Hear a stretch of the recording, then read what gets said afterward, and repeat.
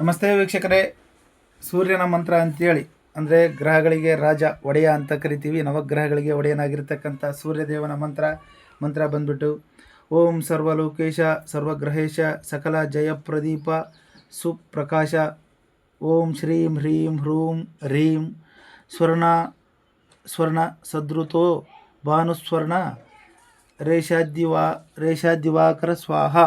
ಮಂತ್ರನ ನೀಟಾಗಿ ನೋಡ್ಕೊಳ್ಳಿ. ಈ ಮಂತ್ರನ ಬರ್ಕೊಂಡು ನೀಟಾಗಿ ಸಿದ್ಧ ಮಾಡಬೇಕು ವೀಕ್ಷಕರು. ಯಾವ ರೀತಿ ಅಂದರೆ, ಮನೆಯಲ್ಲಿ ಏಕಾಂತ ಸ್ಥಳದಲ್ಲಿ ಕೂತ್ಕೊಂಡು ಒಂದು ಸೂರ್ಯನ ಮೂರ್ತಿಯನ್ನು, ಏಕಾಂತ ಸ್ಥಳ ಅಂದರೆ ಯಾವುದೇ ರೀತಿ ಡಿಸ್ಟರ್ಬೆನ್ಸ್ ಇರಬಾರ್ದು, ಅಥವಾ ನಿಮ್ಮದು ಸಪ್ರೇಟ್ ಕೋಣೆ ಇದ್ದರೂ ನಡೀತಕ್ಕಂಥದ್ದು. ಕೋಣೆಯಲ್ಲಿ ಏಕಾಂತ ಸ್ಥಳದಲ್ಲಿ ಸೂರ್ಯನ ಮೂರ್ತಿಯನ್ನು ರಕ್ತಚಂದನದಿಂದ ಬರಿಬೇಕು ವೀಕ್ಷಕರೇ. ರಕ್ತಚಂದನ ಅಂತ ಸಿಗುತ್ತೆ ಗ್ರಂಥಿ ಅಂಗಡಿನಲ್ಲಿ, ಹೋಗಿ ತಗೊಳ್ಳಿ. ಆದಷ್ಟು ಒರಿಜಿನಲ್ ತಗೊಳ್ಳಿ. ರಕ್ತಚಂದನದಿಂದ ಒಂದು ಸೂರ್ಯನ ಚಿತ್ರನ ಬರೀತಕ್ಕಂಥದ್ದು. ರಕ್ತಚಂದನದಿಂದ ಬರೆದುಬಿಟ್ಟು ಅದನ್ನು ತುಪ್ಪದ ದೀವಿಗೆಯನ್ನಿಟ್ಟು ಪ್ರತಿದಿನ ತುಪ್ಪದ ದೀವಿಗೆ ಅಂದರೆ ಬರುತ್ತೆ, ತುಪ್ಪದ ದೀಪದಲ್ಲಿ ಅದು ಒಂದು ದೀವಿಗೆ ಈ ಥರ ಒಂದು ಬಂಡಲ್ ಬರ್ತಕ್ಕಂಥದ್ದು.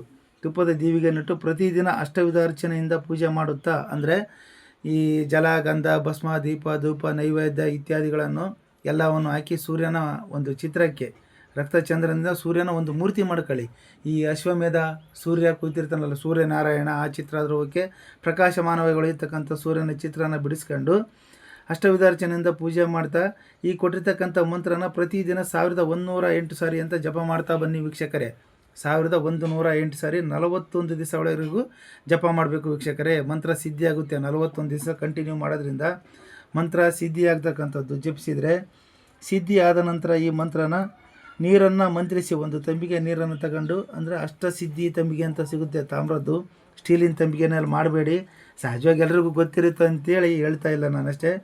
ಒಂದು ಅಷ್ಟಸಿದ್ಧಿ ತಂಬಿಗೆನ ತಗೊಂಬಿಟ್ಟು ಅದರಲ್ಲಿ ನೀರನ್ನು ಮಂತ್ರಿಸಿ ಮೈ ಮೇಲೆ ಹಾಕಲು ಸರ್ವವಿಧ ಪೀಡೆ, ಗ್ರಹದೋಷ, ಭೂತ ಪ್ರೇತ, ಪಿಶಾಚಾದಿ ದುಷ್ಟ ಗ್ರಹಗಳು ಬಿಟ್ಟು ಹೋಗುತ್ತವೆ. ಯಾವುದೇ ರೀತಿ ನಕಾರಾತ್ಮಕ ಶಕ್ತಿಯಿಂದ ತೊಂದರೆ, ತಂತ್ರ ಮಂತ್ರಗಳ ಕಟ್ಟಾಟದಿಂದ, ಕೈಚಳಕದಿಂದ ಈ ಮಾಡಿರ್ತಾರೆ ಕೆಲವೊಂದು ತಂತ್ರ ಮಂತ್ರಗಳ ವಾಮ ಮಾರ್ಗ ಅಂತ ಕರಿತೀವಿ, ವಾಮಾಚಾರ ಮಾರ್ಗದಲ್ಲಿ ಮಾಡಿರ್ತಕ್ಕಂಥ ಎಂತಹ ದೋಷ, 3 ದಾಟು ಎಫೆಕ್ಟು, ದೃಷ್ಟಿ ದೋಷ ಆಗಿರಲಿ, ಎಲ್ಲದಕ್ಕಿಂತ ತುಂಬ ಅಘೋರವಾಗಿರ್ತಕ್ಕಂಥದ್ದು ದೃಷ್ಟಿ ದೋಷ. ಎಂಥ ದೋಷ ಇದ್ದರೂ ಕೂಡ ಈ ಮಂತ್ರದಿಂದ ನೀರನ್ನು ಸಿಂಪಡಿಸಿ ಹಾಕೋದ್ರಿಂದ ಸಂಪೂರ್ಣವಾಗಿ ದೋಷ ಬಿಟ್ಟು ಓಡಿ ಹೋಗ್ತಕ್ಕಂಥದ್ದು. ದುಷ್ಟ ಗ್ರಹಗಳು ಕೂಡ ಮೈಯಲ್ಲಿ ಸೇರ್ಕೊಂಡಿದ್ರೂ ಕೂಡ ಬಿಟ್ಟು ಓಡೋಗ್ತಕ್ಕಂಥದ್ದು.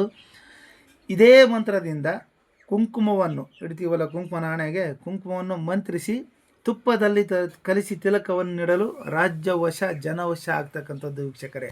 ಅಂದರೆ ನಿಮ್ಮ ಎಲ್ಲ ರೀತಿಯಲ್ಲೂ ಕೂಡ ಸರ್ವೇ ಶ್ರೇಷ್ಠವಾಗಿ ಜಗದ್ವಶೀಕರಣ ಆಗ್ತಕ್ಕಂಥದ್ದು ಸೂರ್ಯನ ಮಂತ್ರ.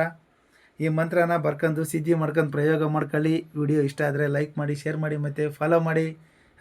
ಓಂ ಸೂರ್ಯ ದೇವಾಯ ನಮಃ ಅಂತೇಳಿ ಕಮೆಂಟ್ ಮಾಡಿ. ಮತ್ತೆ ಮುಂದಿನ ವಿಡಿಯೋದಲ್ಲಿ ಸಿಗೋಣ ವೀಕ್ಷಕರೇ. ಎಲ್ಲರಿಗೂ ಒಳ್ಳೆಯದಾಗಲಿ. ಜೈ ಗುರುದತ್ತ.